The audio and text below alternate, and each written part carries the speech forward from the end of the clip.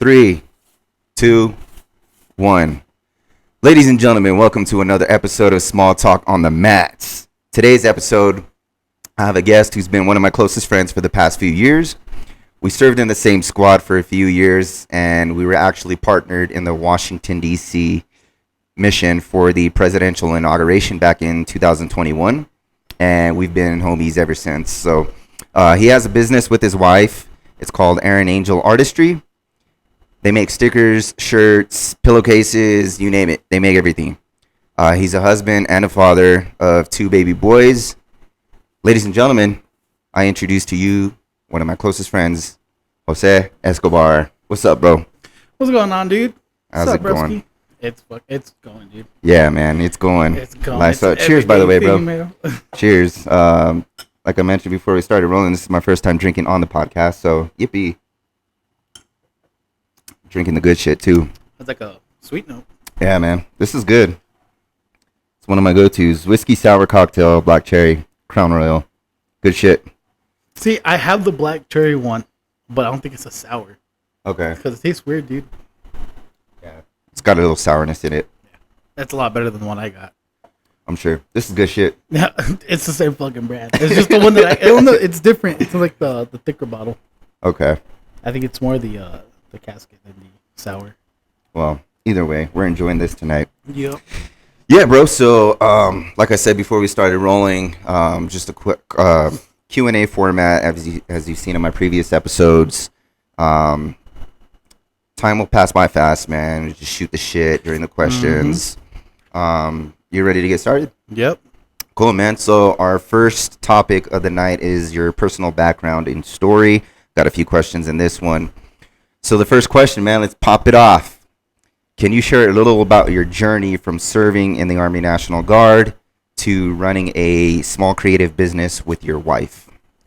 Yeah, so it all kind of just started randomly. I just kind of threw it in there. I was working at the mall. Yeah. And this one I was working at Fans at the time before I got changed to Lid's locker room. And I was just there, dude, and one of my recruiter, he came in to go buy some shit. So it was during the holidays and whatnot. And he was just there. He's like, oh, I know you're pretty young. You just want to join the Guard? And I was like, maybe. I don't know. I'm just working here, but we'll see what happens. And then a couple weeks later, I went to go talk to him, like, what can the Guard do to provide, what's all this and that? Because I wanted to be in the military. I just couldn't be at that time because I had braces. So originally, out of high school, I wanted to join the Marines. But when I spoke to that recruiter, he's like, yeah, man, so if you want to join, you got to get rid of the braces. And I was like, dude, I just got these braces on. I'm trying to fix my fucked up teeth here. Yeah. So I was like, you know what? If anything, if I want to join back, I'll just wait like 2 years because that's how long I was going to have them on for anyways. So at that time, I was kind of getting to the end. I was like, yeah. Some stuff was kind of coming up with my family. I was like, you know what? I don't really want to leave right now. So I talked to the Guard. And the dude was like, yeah, I mean, you just want to roll through it. Let's go. And I was like, all right, fuck it. Why not? Yeah. I live my life just winging it anyways. Then I talked to my wife about it. And she's like, I mean, I will do it too. So we both went into it. We both swore in about the same time. She left before I did. And then I left the day, like 2 days before when she came back. Yeah. So we didn't see each other for that while. So went into basic, went in during the winter time. Awful.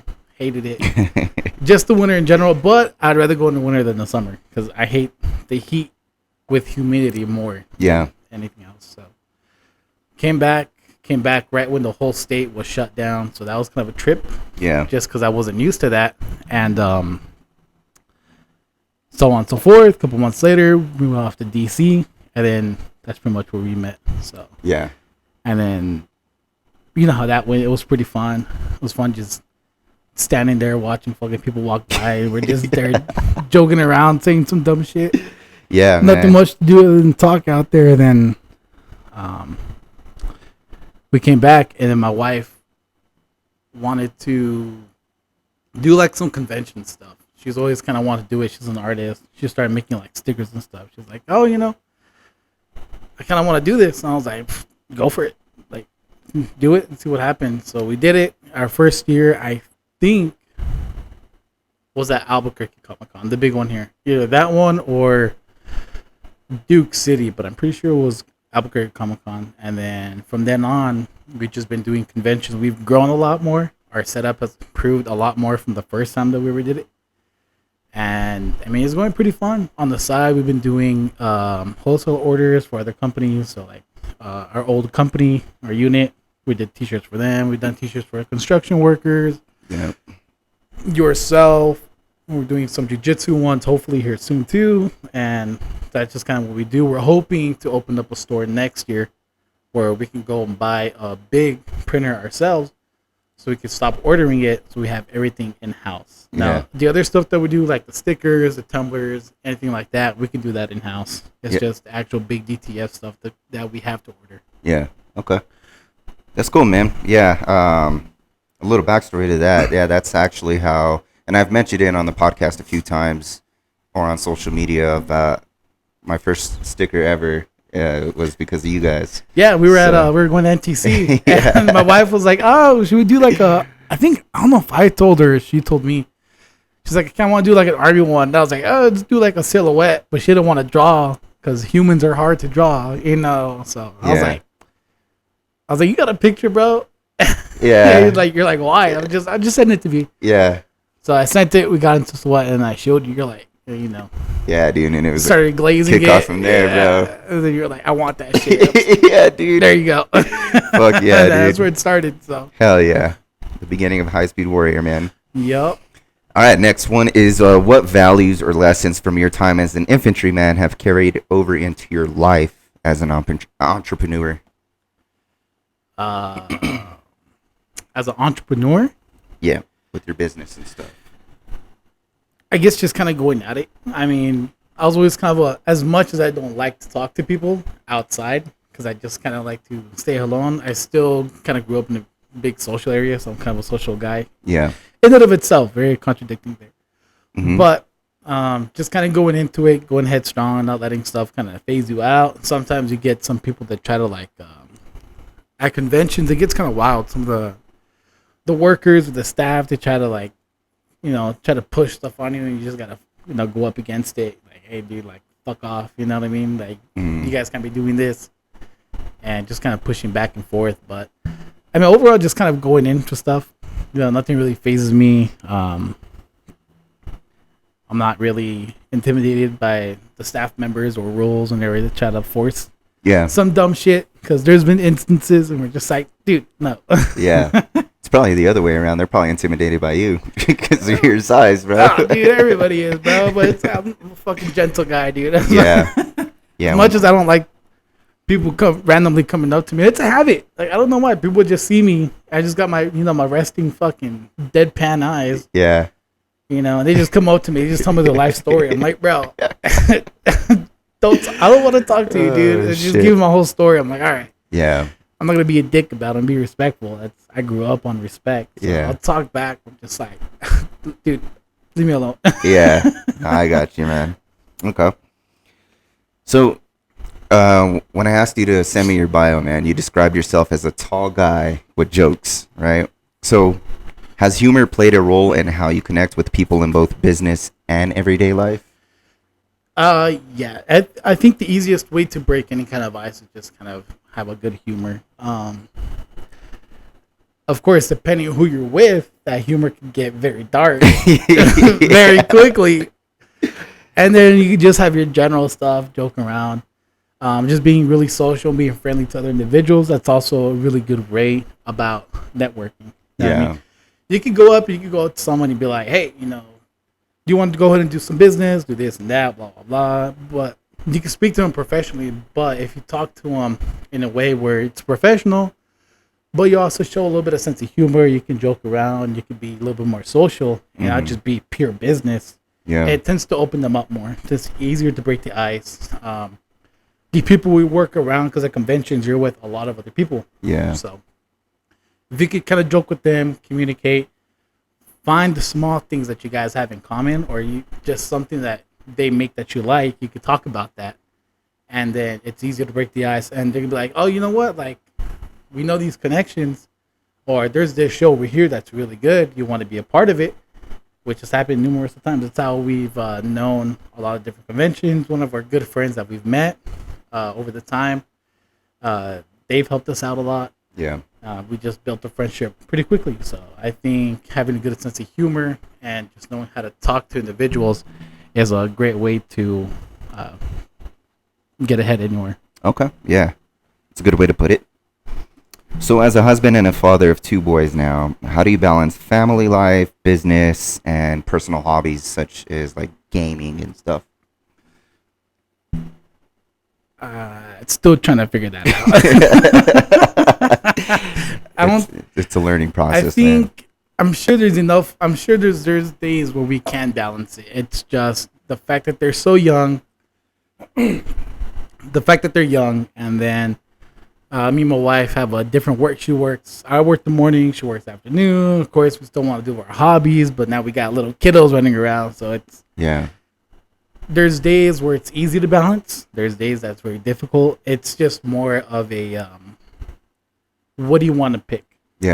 Priorities. Yeah, it's like there's a table in front of you with, all your favorite fucking food, but you can't choose it all. So yeah, you're always gonna have, the kids with you. You just gotta pick and choose what's better at that time, and then hopefully another day you can do something else. When it comes to our conventions, we bring them along with us. Yeah. One of us will stay at the hotel with the kids, and then like halfway through the convention, we'll go and we swap out. That way the other person has it. So yeah, that's how we balance that out whenever we go out of state to do stuff. Here in town, we just drop them off to grandparents. Yeah. Easiest way. Yeah, I'm sure it'll get easier as they grow older too, because you guys had them like almost back to back, dude. So they're both almost the same age. Pretty much, bro. Just accidents on both. The original plan was to have the other one after deployment, because I didn't want to go deploy, and then we had the second one. I had to choose between extending my military life and leaving my wife behind for a short bit, or just staying and maybe in the future go back again. It's just at that time it was really hard for my wife, so I'd rather pick her, my family, than to go deploy and do this. As much as I want to be with the guys, my family will always take priority. Yeah, of course. Family's always first, bro. I feel you. I would have done this exact same thing, man. So the next topic is business and creativity. So how did you and your wife first come up with the idea of starting your business? I know you kind of ran over that the first question, but a little more in depth of how you guys manifested it and stuff like that. So the way we started was we have way like back in high school, we would I would ditch to go to her class and her photography class, and I would just ditch my math class because I wasn't doing anything in there anyways. It was an online course. I completed the course. There's no reason for me to be there. Yeah. And it really started with the drawing that we both did together, which was like a pineapple dinosaur. We just kind of made it at the same time. We're like, oh, this is kind of cute. Yeah. This is cute. Let's do something with it.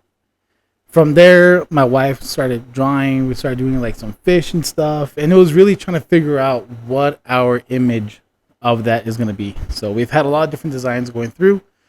And right now, we just ended up sticking with doing a little bit more of cute and kind of dark characters. Yeah. So like cryptids, we do a lot of cryptids, Mothman, Jersey Devil, etc., etc. Yeah.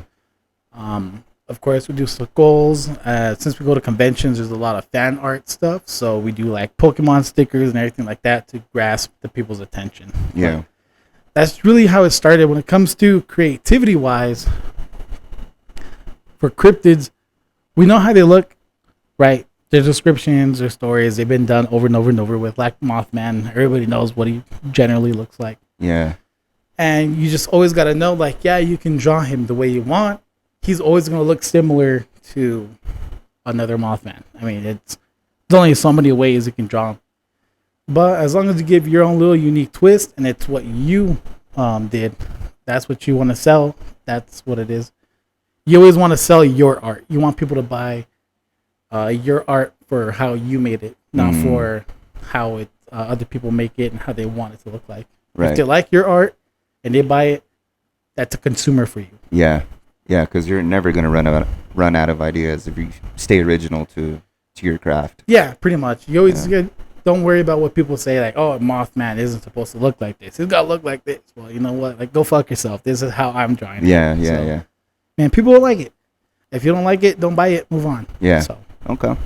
Yeah, I like your guys' style too, man. It's pretty unique for sure.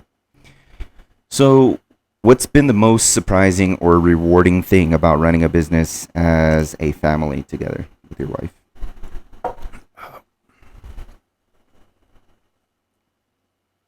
I think it's just a different type of people you meet.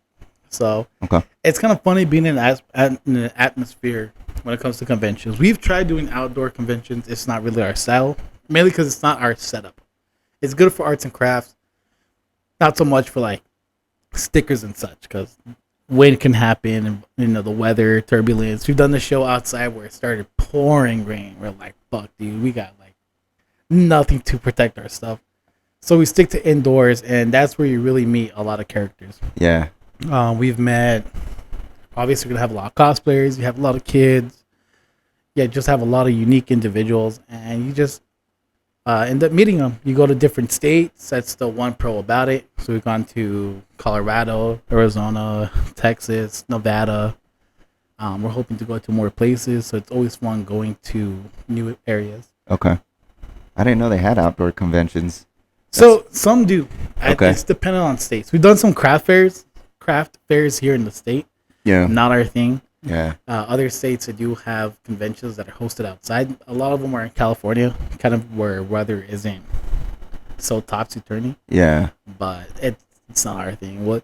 I'll stay inside. But I have bought in fans because, bro, some conventions get hot. Yeah.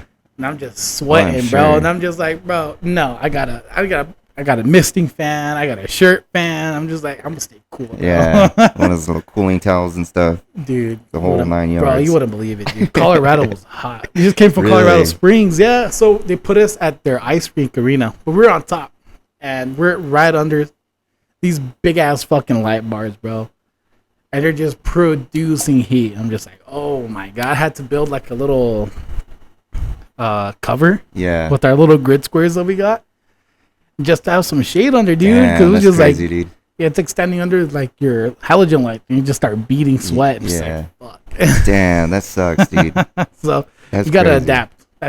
That's one surprising thing is learning how to adapt. Okay. I guess. Cool. Yeah. So networking is important in the business that you're Very in. important. Yeah. All right. So you create everything from stickers to bookmarks to shirts, pillowcases, etc. Right. So of all the products, which has been the most fun or challenging to make? I'd say the most successful one that we have is stickers.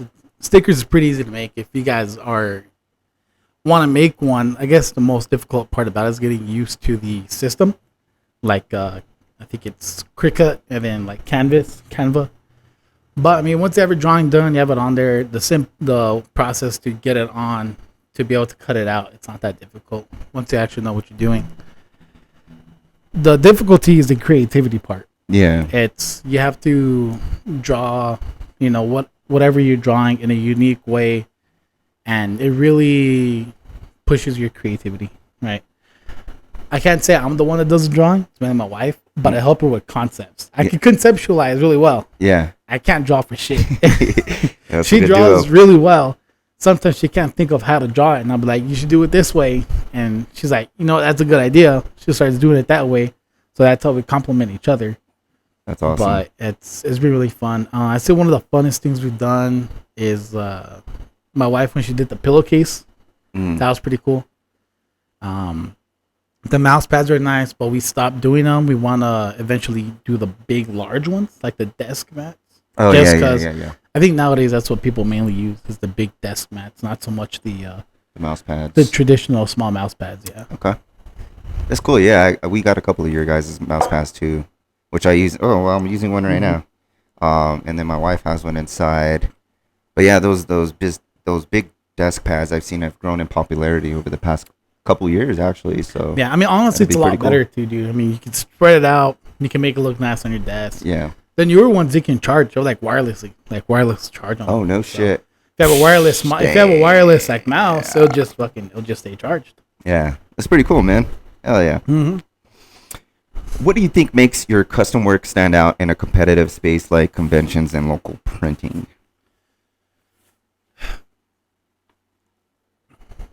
The one thing that we do stand out on whenever we do our conventions is the cryptids. Yeah. A lot of people like cryptids. It's more popular back then, like us growing up, because nowadays it's what is it? Like the weird YouTube horror shit. Oh yeah, like yeah. the boiling, whatever that is. Yeah. But for us, we kind of grew up more on cryptids and stuff like lost tapes and Finding Bigfoot. Those shows like that where we grew up. So people kind of like those. Not a lot of people would sell those cryptids, especially as many unique ones that we have. We've touched base on a lot of them. A lot of people get surprised that we have them, kind of like the Dover Demon, the Slide Rock Boulder. Some of the ones that don't really hear of. And when it just comes to people or us standing out against others, that's more the consumer part. You know what I mean? It's if they like it, they like it. We do stand out because our art is a little bit more different. It's not as like not so much like anime-ish. It's not so much cartoonish. Like when you go to a convention, you see a lot of people make a bunch of anime stickers, and it's like, yeah, a lot of it's the same. At least ours on that aspect is different because most of our artwork is original art. Yeah. We do have some fan stuff, but it's mainly our stuff. Yeah. So. Yeah, I think that's what it is that stands you out from the other crowds. Because every time I go to Comic-Con or any convention where you guys are vending, like it's automatic, man. And I'm not just saying that because you're my friend, but like you can tell the uniqueness of the art standing out from all the other stuff. Like you said, it's just matching anything. It's just like a copy and paste version for everybody else. Yeah, I mean, it just stands out too because it's like, so our wall's like black and pink, and everybody around us usually like white or something. So yeah, you can spot us from a distance for sure. That's usually what gets people. So. Yeah, cool, man. I think this is the last question for this topic right here. So, can you walk us through what a typical day at a convention looks like for you and your wife? So day one is setup. So we have to go in, we set up. I usually unload everything just because of how heavy it is. We have a lot of totes, and our car is getting smaller. So eventually we have to get a bigger car. But like those totes that you have right there. So we unload them. We first got to check in. So every single place is a different check-in area. You have to find it first. Sometimes it's easy, sometimes it's difficult. That's just the way of the game. Once you get your check-in date, you find your table, and then that's where the real part sets up. So when we first started, we had one table because we didn't have a lot of merch. We didn't have too much. Yeah. And then we had to build it. That's another difficult part is how are you going to build it? So we use grid squares. I like them, but I hate them at the same time. Like they're convenient, but they're also a pain in the ass to put up and bring down. But once you put it, you build up your walls. You try to figure out where everything goes, and after you figure it out, that's when you start putting out the merchandise. Okay. And then as we've gotten bigger, we've gotten to use more 2 tables. We've expanded it. The walls have gotten higher. We use like a little hack where I found like those plastic pegboards. So they're just big enough where they actually fit perfectly inside the middle of the grid squares.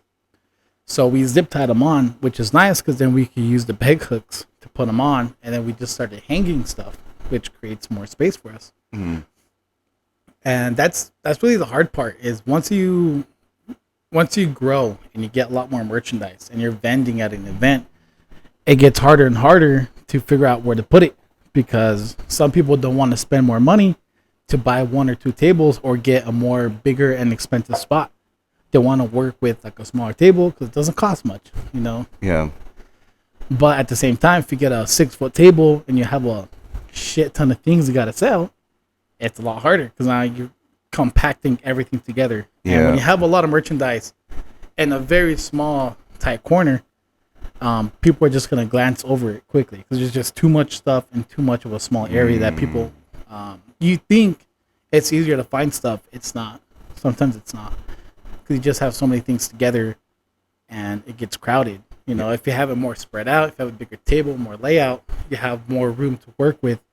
People can walk up and have more space. Because you got to think, when you're there at a convention, you have, if it's a massive one, you have thousands and thousands of people. Phoenix Fan Fusion, we had 140,000 people at that convention. So if you have a table and everything's jam packed on one small 6-foot table, you got to think the flow of the people coming, right? You have one person standing there, other people want to see, it creates a jam. Gotcha. So if you don't have a lot of stuff, it's great if you have a small table. If you have a lot of stuff like we do, it's awful. So we had to expand it, have 2 tables. That way more people can have a little bit more space to kind of walk around and look. And then we could take care of them a little bit easier rather than having like 15 people try to crowd around one table. It just creates a jam, and then they can't really, get to what they want to get. Yeah. And they just walk off. Yeah. So you really have to look out space management wise. Okay. That's cool, man. Community and impact is our next topic. So being based in Albuquerque, how has the local community shaped or supported your business? Surprisingly pretty well. We have a lot of consumers that remember us, and every single year they come and look for us to try to see what else we have, which is really nice.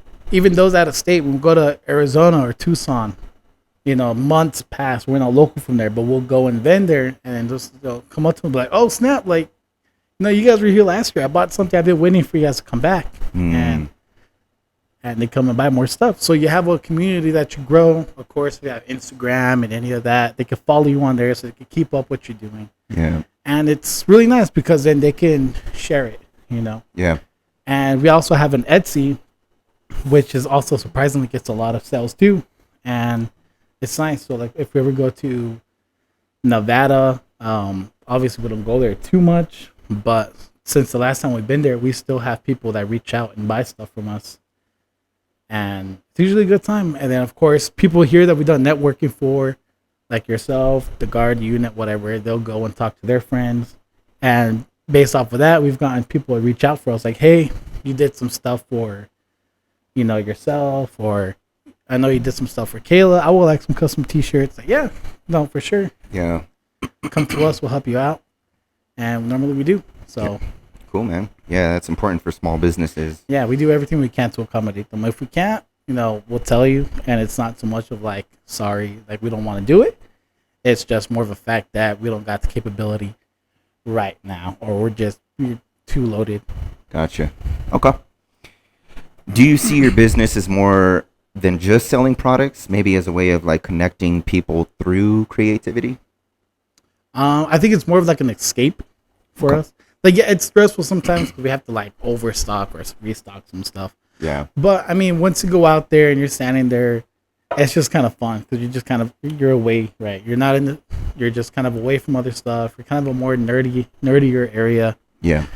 And it's just more fun. It's more fun than anything. It's just a nice escape from like everything else. So, and you see some cool stuff. You see some cool cosplay, some events and whatnot. Yeah. So it's a blast. It's like a fun little field trip. Yeah. No, conventions are fun, man. I love going to them. I mean, I don't go to the out-of-state ones like you do because you're vending and stuff, but...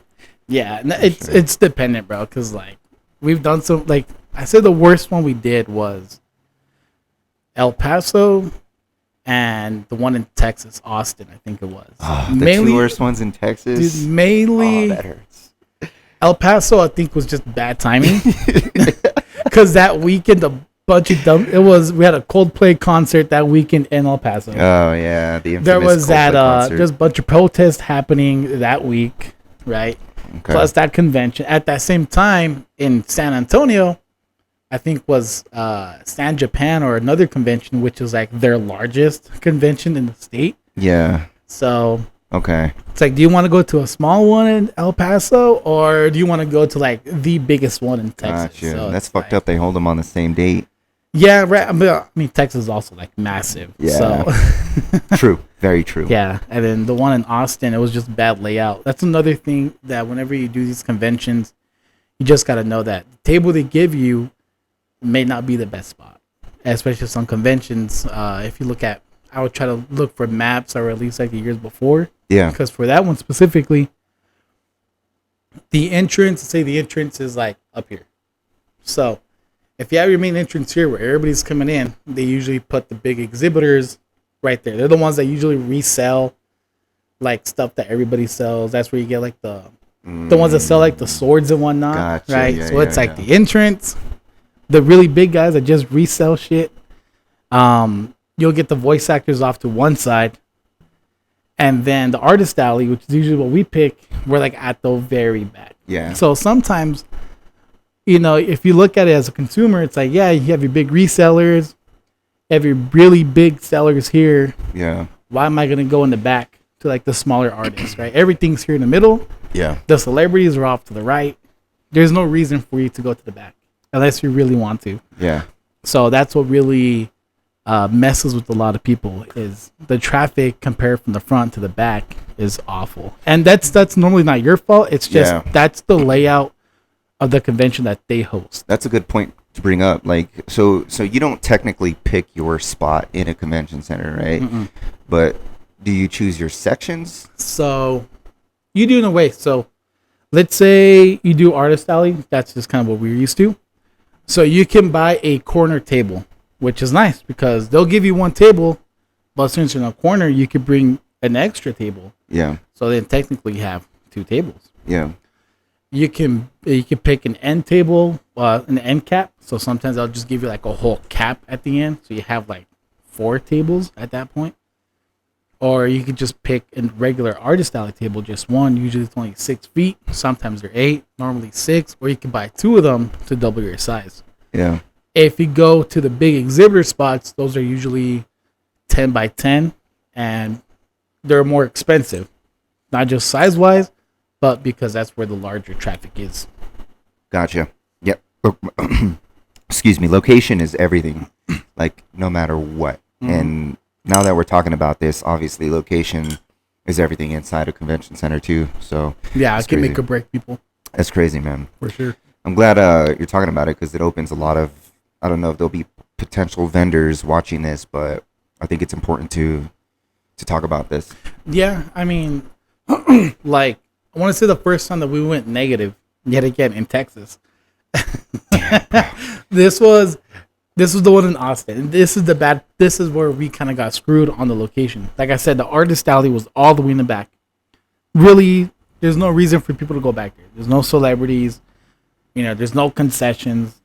The only thing that's back there is the bathrooms, but there's other bathrooms more up front. Yeah. So the traffic is very small back there. Yeah, that sucks, dude. So, okay. You just got to pick and choose. And I wouldn't say get discouraged. I mean, at least if you come close to like your break-even amount, I'd still consider that kind of like a win. Yeah. I wonder if would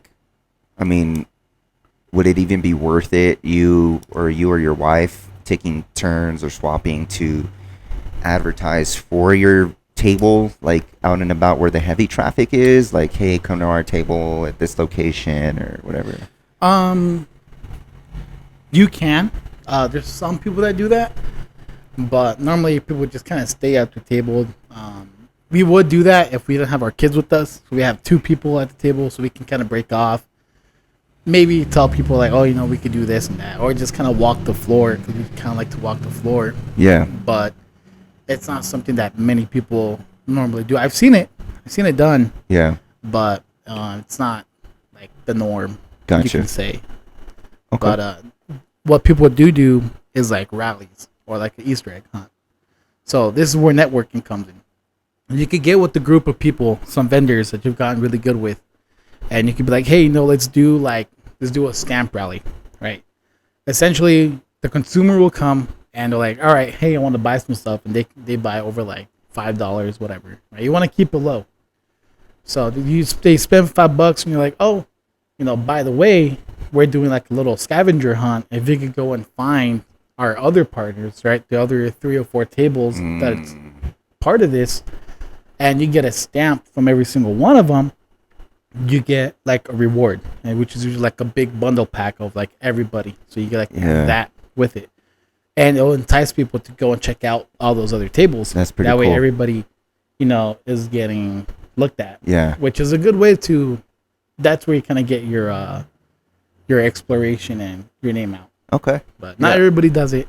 Some people do. So just kind of have fun talking with people, get to know them. If you and those other people are going to be at the same convention, I'd say do it. Yeah, for sure. That's cool, man.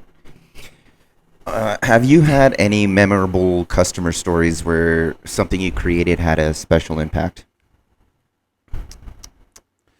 We had one lady and her daughter. super big cryptid fans. One was like a Wendigo fan. I think both of them were, and they just got super excited and they bought everything that was Wendigo. Usually it's our cryptids that get like the biggest shock out of people because they just love it. You know what I mean? It's like, if you love something so much but nobody really makes it, and you come up to somebody that has it, not just in stickers but in keychains, lanyards, pillows, prints, etc., it's a bunch of stuff that people that they never really see sold that we have, so they get excited for it and they're like, I want to buy it. They buy as much as I can. So that's been a lot of the fun parts. There's been some fun cosplays that I've seen, some really good ones, some bad ones, some where it's like, Yeah. But it's a good time. The city-wise, memorable, I'd say my favorite place was probably Colorado Springs. Really? I just came back from. I've never been in Colorado, so that was my first time in Colorado. And just where we were, I think we're like in a nicer side of town where the ice rink arena was, but just that spot. And then the weather was nice. It was like kind of gloomy. It wasn't too cold or hot, which was like my favorite part. Yeah.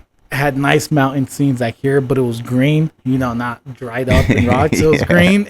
And I was like, damn, I want to move here. Yeah, Colorado's pretty nice, man. It's got some nice spots in it. But then look all the taxes. I'm like, I don't know, man. It's a gorgeous place, but the amount of like all the taxes that you have to do, bro. It's a good place to visit, not to live, I would say. Mm-hmm. Okay, cool. As much as I want to live there, you still might. It's we'll see. Yeah. All right, man. Our next topic, man, gaming and personality. Oh yeah. Hell yeah. So, as a gamer, you're a gamer at heart. I know that. Oh yeah. Do you think gaming has influenced your creativity or the way you run your business? I think it's always the reason why I have such great how I could come up with a lot of concepts. Very like my creativity level is very high. Yeah. You know what I mean? Which is a bummer I can't draw. And I'm sure people are like, oh bro, just start drawing now, you get good. It's like, yeah, I can, but to be honest, I probably won't. It's but I late can at come this up stage. with great ideas and stories and stuff. I just for the longest time, right, when I like growing up, I didn't have like Xbox Live or anything like that. I never played multiplayer online unless I went to my cousin's house. Yeah. So I just played alone by myself. And I never liked sticking to one genre when it came to gaming. I had everything. I had a little bit of racing, RPG, shooters, horrors. I love playing the whole lot. You know what I mean? I think if you're a gamer, you should love as many genres as you can. You can't just stick to Call of Duty, example. Yeah. And just play nothing but COD and call yourself like, oh yeah, dude, I fucking love gaming. Right. I love gaming. Like, oh, bro, what games do you play? Like, just Call of Duty, bro. What the nothing else, bro. Like, not even a mobile game or something. It's like, yeah, Call of Duty mobile, dude. Like, get out of here. Yeah. Fuck. Yeah. Right. Not to shame, but it's like, play more, dude. Yeah. No, there's more fish in the sea, bro. Yeah. It's There's just so much out there to just stick to one genre. Try a bunch of other genres. You'll never know. You'll find some gems that you love. Yeah. So, but just doing that and just loving gaming, we just find people that love games, and you just it's a easy way to bust out a conversation. Oh yeah, for sure. All right. If your business were a video game, what genre would it be and why? The broadest term would just be role playing, bro. I mean, we got so much stuff. Maybe Sims. Fuck, I don't know. Like a simulation. Capitalism. I don't know, dude. Fuck yeah. It's just a lot. I mean, it's sticker make. It's like convention stuff. What more? Yeah. I don't know. Fucking. They just say RPG. Fuck it. You're just you're role playing. As a fucking business guy trying to get your shit out. So. Yeah.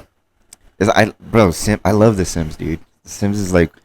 I remember as young as I can remember. I don't know what year Sims came out, but I remember playing Sims at a very young age, man. And I played that shit on PC. Because back then it was just on PC for the longest fucking time. It was on PC. Sims 2 and 3 were on. I know Sims 2 was on a PlayStation. Yeah, well, you're younger than me, PlayStation fucker. 2. So what do you mean? It still came out around the same time. No, when I played it, it was just PC. Like the original Sims, it was just on PC. I played like the second one, so that was like on the PS2 or the PlayStation 1, and then 3. I liked 4. because you could do a lot more customization Yeah. to the characters, like anatomy in and of itself. Yeah. But it's like that game came out what, like Bro, I don't even know. 10 plus We're years, talking bro. about fucking age here. They haven't even shit. coming out with Sims 5. It's like, come on. And they have all the expansions and shit too, Bro, man. I So know. I'm like, there's dude, like like, unlimited amount Jesus of fucking Christ. Like, yo, expansions. just stop with deal. Just give us a new game at this point. Exactly, You know what I mean? dude. Just fucking release a new Just joint, release man. a new one. What's your all-time favorite game to play when you get the chance to play it? There's a lot. There is a lot. I can't say one. I'd say my favorite. Go through 'em.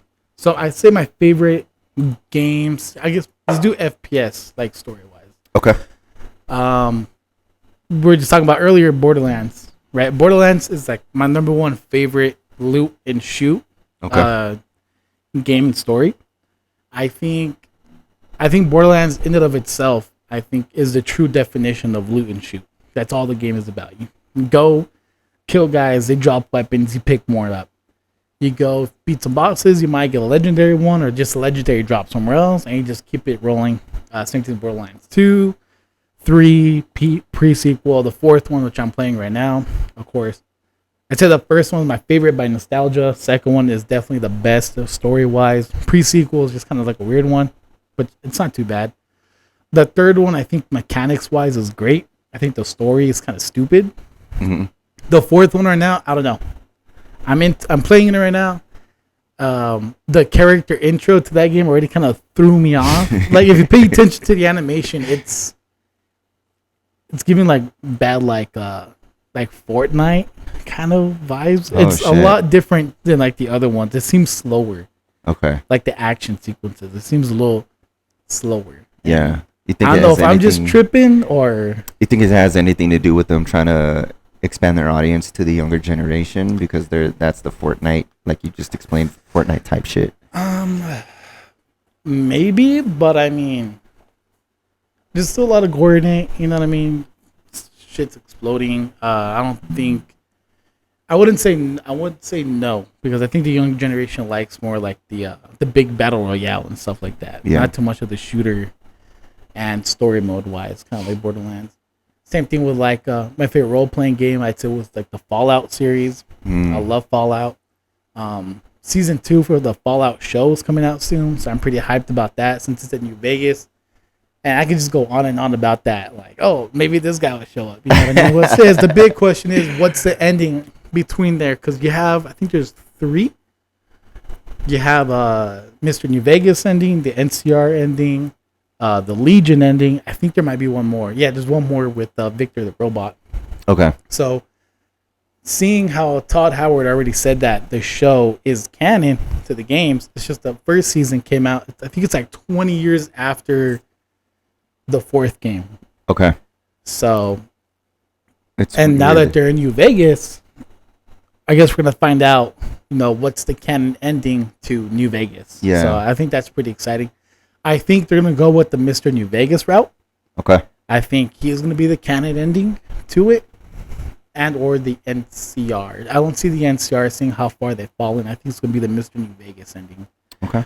For that, racing, Need for Speed, love Need for Speed. The older ones more. Love the Tony Hawk series. So All right. I'd say those are my favorite ones. Okay.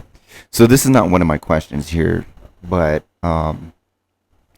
what do you think about, because you just mentioned canon events in video games and TV shows. What do you think about like other video game series that are adapted from, or vice versa, TV shows, right? Because a lot of TV shows and movies have been based off of video games. Yeah. Like it's straight adapted from like Silent Hill, Resident Evil, Borderlands, or not Borderlands, Awful Fallout, movie. like things like that. What do you think about that? Because there could be so many canon events, like Silent Hill, for example. It's a perfect example. Like the first one was they mixed the first and second game together in one, and then they changed the protagonist from a male to a female.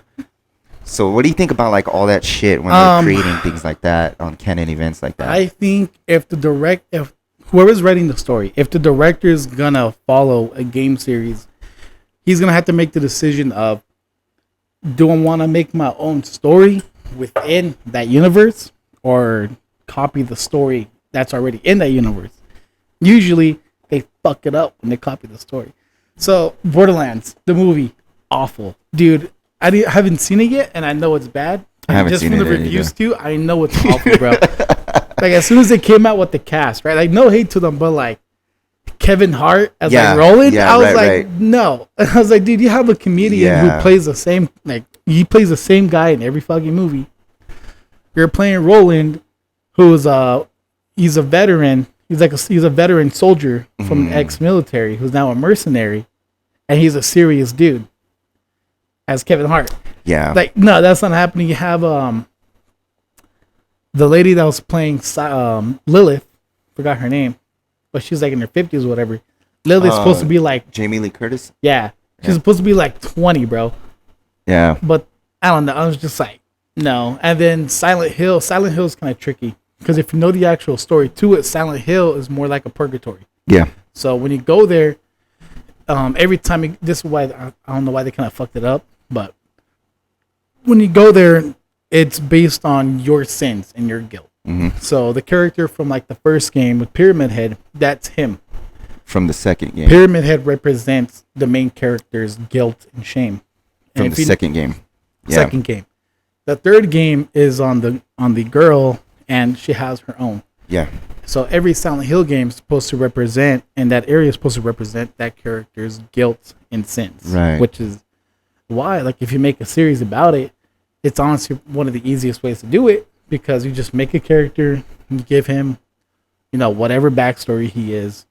You could say, oh, like he once had a family, but he feels the guilt and shame because he went on a drunken night and like killed them all. Yeah. And now he's just depressed and he wants to move on for it, but he can't. Yeah. Goes into Silent Hill and now he's being haunted by his guilt. Maybe he sees like his family, whatever, like hating him, or he sees like apparitions of his daughter and he wants to go save them knowing that he caused their deaths, but he can't.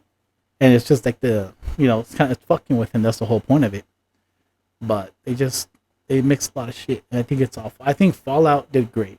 Okay. I think the writers in there did fantastic. The way they kind of did, they retconned a little bit, but not too bad. And then they made the smart move where like, yeah, this is on the same universe, but 20 years in the future, so it doesn't affect what happened before. Gotcha. Yeah, I haven't watched the Fallout series yet either, so it's good. I got some catching up to. Yeah, and then you could go on and on about that. Like they're about to get to Vegas, so we're about to see where the courier is at. I think personally myself, you don't know it, but he's with I'd say he's with a big mountain, the DLC, where it's like a mountain that has like a bunch of smart scientists. They're the ones that created the giant wasps. I don't know why I can't think of them right now. Matadores, no, something. But they're like giant tarantula wasps. Okay. And they're the reason why they're in New Vegas because they're experimenting on them and they escaped. Same thing with the snake hounds or something like that, right? They're coyotes mixed with rattlesnakes. So that's the reason they created them, and somehow they escaped the compound. That's why they're out there. So. There's a lot you could really go into it. It's just up to them. But I think as of that show, they did great. I think the first season of The Last of Us did great. I know the second season kind of Oh god, dude! Don't get me started. Ruined on that, it. Dude. And same thing with Game 2. I think they kind of killed it as well. Which one? The game Last of Us 2. Oh yeah. Like the second game. First one was great. The second one, I was like, why? I'm just gonna fucking say it, bro. This shit went woke as fuck, dude. Dude. It did. It's like, if you're gonna have, like, no one has a problem with her being lesbian, because that was in the first game, that was in the DLC. Yeah. They set it up fine, you know what I mean? It was great, nobody really minded it. It was a good story with it. It matched her character. The second game, I think they just pushed it too much. Yeah, so you could tell they did. Especially, like, the first season of The Last of Us was pretty good. And then the same thing they did with the video game on the second one. They just fucking went off the rails, dude. Like, yeah, but that's a whole different conversation. Yeah, that's a whole. There's so many. We could get into a topic about video games in and of itself. It'll take a whole nother session. So. Yeah. Okay. So moving on to the next topic, it's reflection and future. What has been the biggest challenge in your entrepreneurial journey so far, and how did you push through? The biggest challenge is just adapting, right? It's coming up with new items, and then once you come up with those items, it's like, how do we set them up? You have to figure out a way to set them up. Do we have the space? No, we don't. Well, do you want to bring everything, or should we leave something behind? Because at some point, you only have so much space and so many products. You got to balance that out. So that's definitely one of the biggest things, right? You can make 1 million items, but you get a space where you can only fit half of it. What are you going to pick? Yeah. You know what I mean? So, and then you could try new things. Like we tried tote bags. Took us forever to sell them. So like once we sold the last one, we're like, yeah, we're not doing that again. Yeah. Because it just wasn't selling as well as we thought. Gotcha. The mouse pads were also stopping because they're not selling as well. You know what I mean? We've had the same stock for like a long time. So we just stopped making them. But because we have so much overstock on it, we're just going to put them in mystery bags. Okay. And people generally will buy mystery bags. So it's like, yeah, you get like 6 different stuff for like $20. Like, why not? Yeah. You know what I mean? That's pretty cool. That's a little cool idea.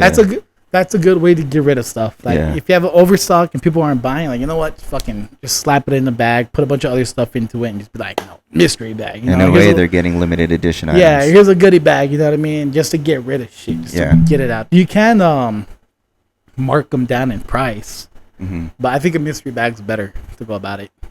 That's creative. Yeah, they don't gotta know what's in it. It's just that feeling. You're like, oh, I could get something fucking cool. You know, let me get this shit. You know, it's like, yeah, you got something cool, all right. I like that, man. Okay. If you could give advice to someone who's thinking of starting a small family business, what would you tell them? Just go for it. I mean, if it doesn't work out, you know what I mean. Just sell the stuff that you bought trying to do it. Yeah. You're never gonna know if it's gonna turn out good if you don't try. Right. Right. Just go for it. If it works, great. If it doesn't, move on. If you think you can make something else that's cool, do it. If you have a skill that you believe people will pay for, or art that you think people will pay for, do it. You know what I mean? There's 1,000 people. Not everybody's gonna buy something, but at least a few of them will. And as soon as you get that market, and you start to slowly specify your store, you'll also build a bigger community. Yeah. So you can start out big, find out what's selling, and it gets smaller, and that community that likes it will expand. Gotcha. So, okay. Where do you see your business in the next 5 years? And to caveat that question, do you want to expand or keep it close-knit and community-based? I'm hoping that we still do it. I know it's going to be a little bit difficult with the kids, but I mean, at some point, we discussed going to conventions, by ourselves here and there, switching on and off. So hopefully we're still doing it. Hopefully we get a lot bigger and we get bigger space and we get like the big exhibitors. So, and then offshoot, we're hoping that we do open up our custom apparel store where we just focus on nothing but apparel for the community. And then separate our convention stuff. So our convention would be more like for fun, going out, doing stuff. The custom T-shirt would be more of like an actual business. So gotcha. We're hoping next year we can do it. And then once we do, I'm really going to try to push for, friends that we have in the guard to try to spread our name throughout them, try to spread our name throughout other businesses and stuff so we could start building up a client list and we just have reoccurring customers. Yeah. So, hopefully it goes well. We're going to see. We're really going to try to make a big push for it next year. Okay. And then we'll have this discussion again next year and see what happens with Fuck that. Yeah. Hell yeah, brother. Hell yeah. All right. Closing up in the end, we got 2 questions left, bro. What legacy do you hope to leave for your boys through both your service and your entrepreneurship? I've always kind of lived my life by winging it. You know what I mean? So I wouldn't want them to go straight for that, but I at least want them to know, like, if something doesn't work out, it's not the end. You know what I mean? You could still push. You could try a different thing. But tomorrow will always be a new day. Just let the past be the past. You know what I mean?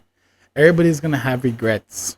I have regrets. I'm sure you have regrets that we won't be able to overcome or say.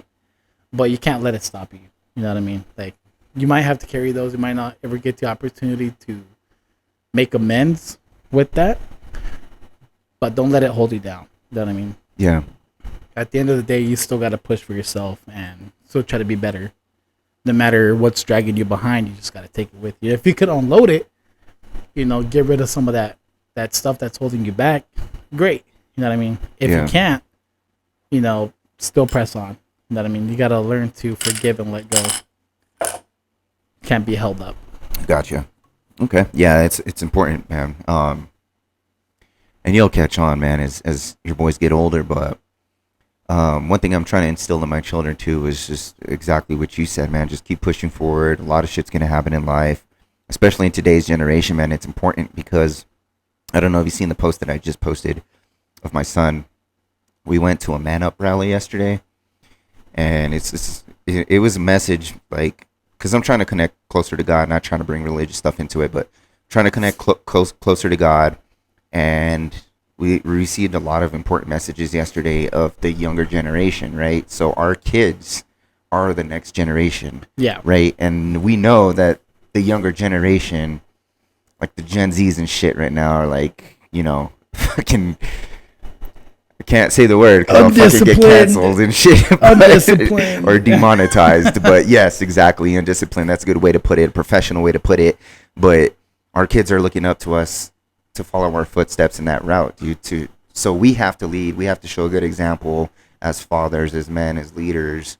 And this goes for the women too, right? But we have to show our children that the next generation that's coming up in this world that we're in today, that we have to set a good example moving forward. Yeah, I think it's just hard. Like, for me growing up, because you're like 10 years older than me, but still, we at least grew up with like the start of smartphones. Yeah. Not just phones in general, but like smartphones where they can actually go on the internet. We can go on YouTube, this and that. And I know you grew up more with it. I kind of got a little bit of it. But when we just had like the basic internet, we had like LimeWire. And a lot of that internet stuff was not really regulated. And then it got regulated. But now with social media, the way everything is, how easy it is to figure out what something is, you know what I mean? You almost have the whole world in the back of your pocket. Yeah. But I can't say that these kids nowadays, I mean, even like sometimes us, the younger generation, we don't really take full advantage of it. I think more so with the younger generation because, they're growing up with this advanced technology. We didn't. We at least had the freedom to go out, play with kids. It's a little bit different in school for us than for them. Now these kids, they get, they can use their phones. I know some schools let them. I know right now they're trying to push back on that. Kids to get rid of their phones. Yeah. But still, a lot of online schooling, a lot of this and that. It's a lot different than for us. Yeah. And I think it's just really hard because I think entitlement is really broad right now. Yeah. You could say like a little kid, kid that's like, 15 thinks she knows everything because she has her phone and she could, people tell her stuff and she's like, I'm going to listen to what this person says. Yeah. Now, sometimes it's not. You know what I mean? You got to grow up. The real world is a lot different than what someone says on their phone. Now, you can't follow people on social media that give great advice. Yeah.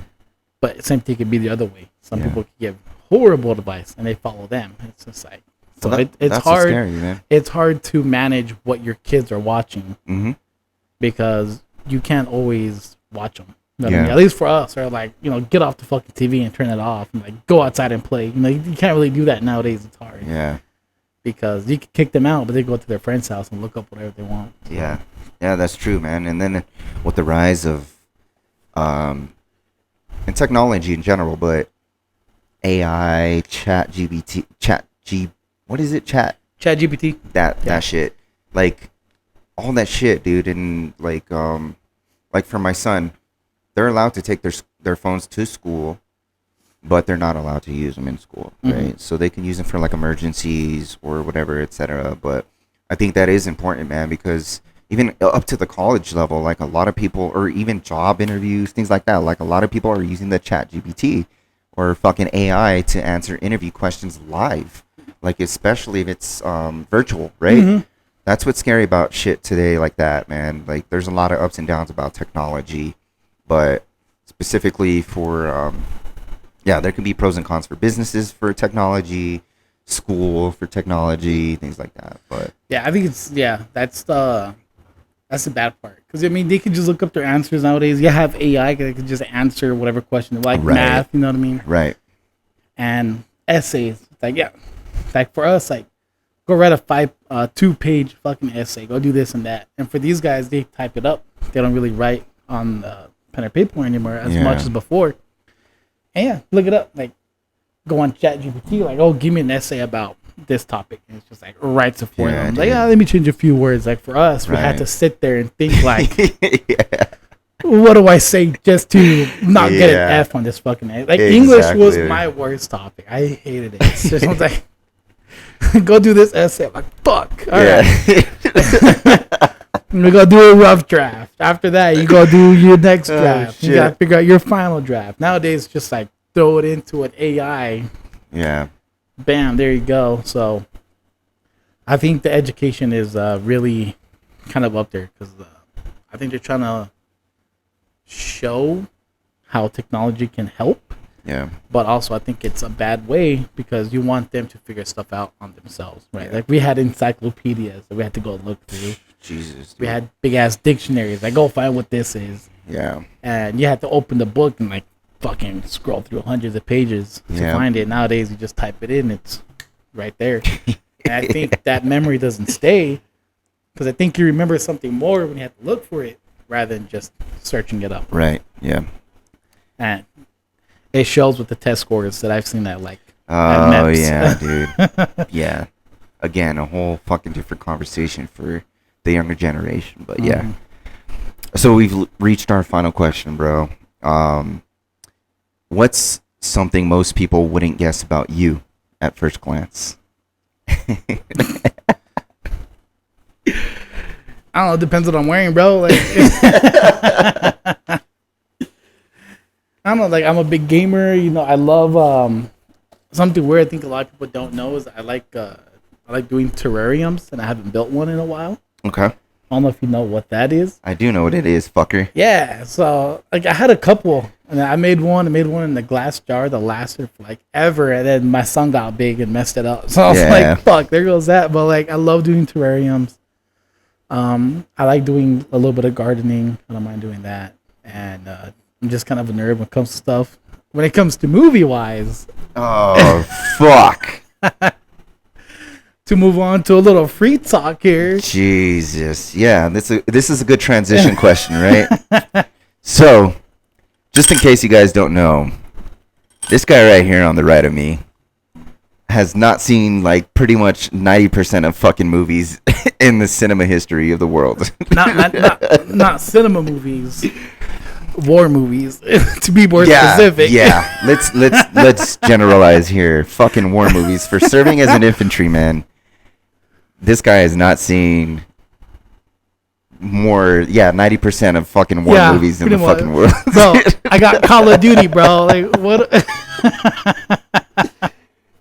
Like, that's the way to educate someone, right? Is through fucking history movies. Shit we've been through, World War I, World War II. There's a difference between movies and documentaries. I've seen a fuck ton of documentaries. I love documentaries.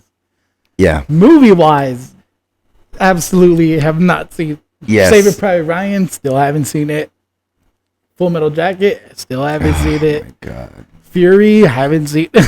So this is the conversation that we've had over the fucking years since we served together. And every squad, well, we've been in one squad for, how long were we in the same squad for? Like 4 or 5 years? Like 4. 4 years? And then we got separated. No, 3, then we got separated. 3 years. So since DC to 2020. Like 2, I want to say. Really? I thought it was longer than that. 1. The same squad? Yeah. Like 22. That's a year. We've been in it together longer than that. We've been in it together forever. We always. But the same squad. Same squad. I think was like, just a year? I think like 2. Like 2. Damn, I thought for some reason I thought it was longer. Well, it's because we just kept breaking off and shouting out together. You know? Well, anyway, to bring my point back in a circle here is that this motherfucker, everybody we've had this conversation with has always clowned on you for fucking not watching any type of fucking war movie out there. That's what I'm gonna say, bro. It's like, I've seen the documentary of it. You know, I've seen video history stories about it, but movie wise, I'm just like, Yeah, no, that's great. So yeah, again, this is a good transition question. Now, since I ran out of questions for you, we can talk about anything that you want. If you want to shout out anybody, want to shout out. If you want to throw any plugs, networking, yeah, anything. It's open mic for you now, bro. Shout out to my mama. You know what I'm saying? Obviously, my wife. Main thing about the business, I'm just more the business guy, more the guy at the front desk. You know what I mean? Yeah. Just a couple of friends like Muse. They're good friends of ours. They're the ones that we mainly see all the time at conventions. A couple other people too. Mm-hmm. But I mean, kind of about it, man. Not really too much. Okay. It's general. Okay. So yeah. And then, do you want to let your followers or the audience know where to follow you, your wife, your business page, websites, Etsy, any of that? If you want to follow us, you can just look us up on Aaron. So you can just go on Instagram, look up Aaron Angel Artistry. And that's Aaron with the E-R-I-N, Angel Artistry. And once you find us there, we have a link. And you can just, from there, you can link to our Instagram and our Etsy and just kind of find us there. So if you want to find us, that's where we are. Cool. Or if you come to... in 2 weeks, Morgan Crypt is happening, and we'll be over there. And then we'll be at Santa Fe Comic Con in October, as well as Albuquerque Comic Con in January. So, gotcha. Okay, find us there. For sure. There was something else I was gonna mention. It just went in and out my brain.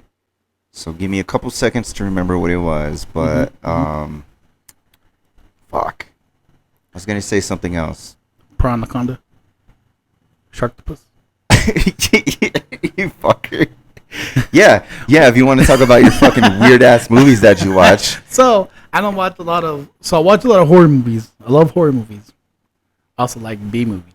Yes. The stupid ass monster films, love them. Yes.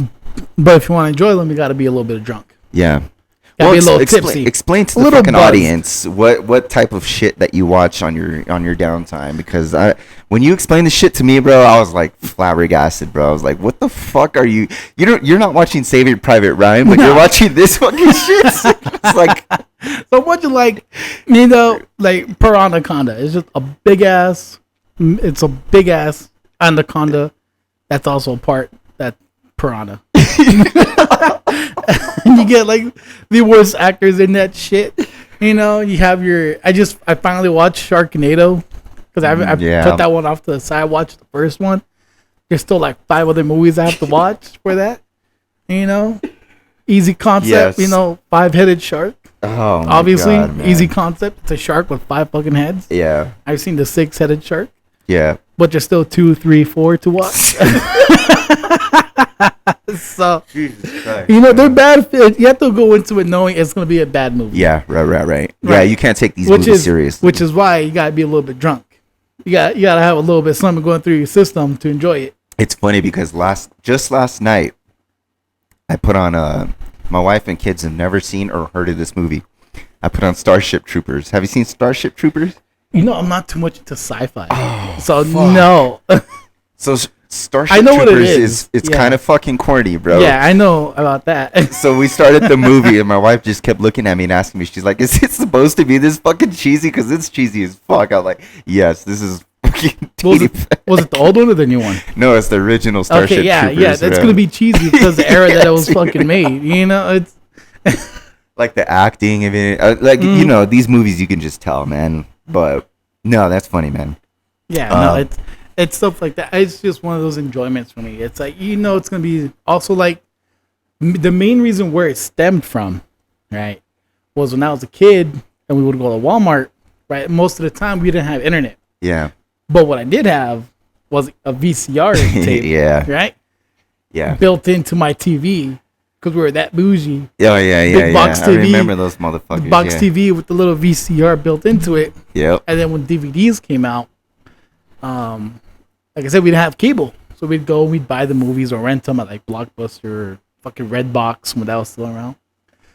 But you'd always go to Walmart and find like the $10 section, and there was like the CD box with like 6 movies on it. Yeah, and it's usually like, giant octopus and the fucking monster octopus in this lake or some dumb shit. All the independent movies. Dino Croc over here, and it's like, it sounds stupid, but I'm getting 6 movies for like $10. Gotcha. So I'm like, I'm gonna grab it. Gotcha. So that's really where it stemmed from. Is like, okay, getting the bang for my buck. It might be a shitty movie, but at least I got 6 of them.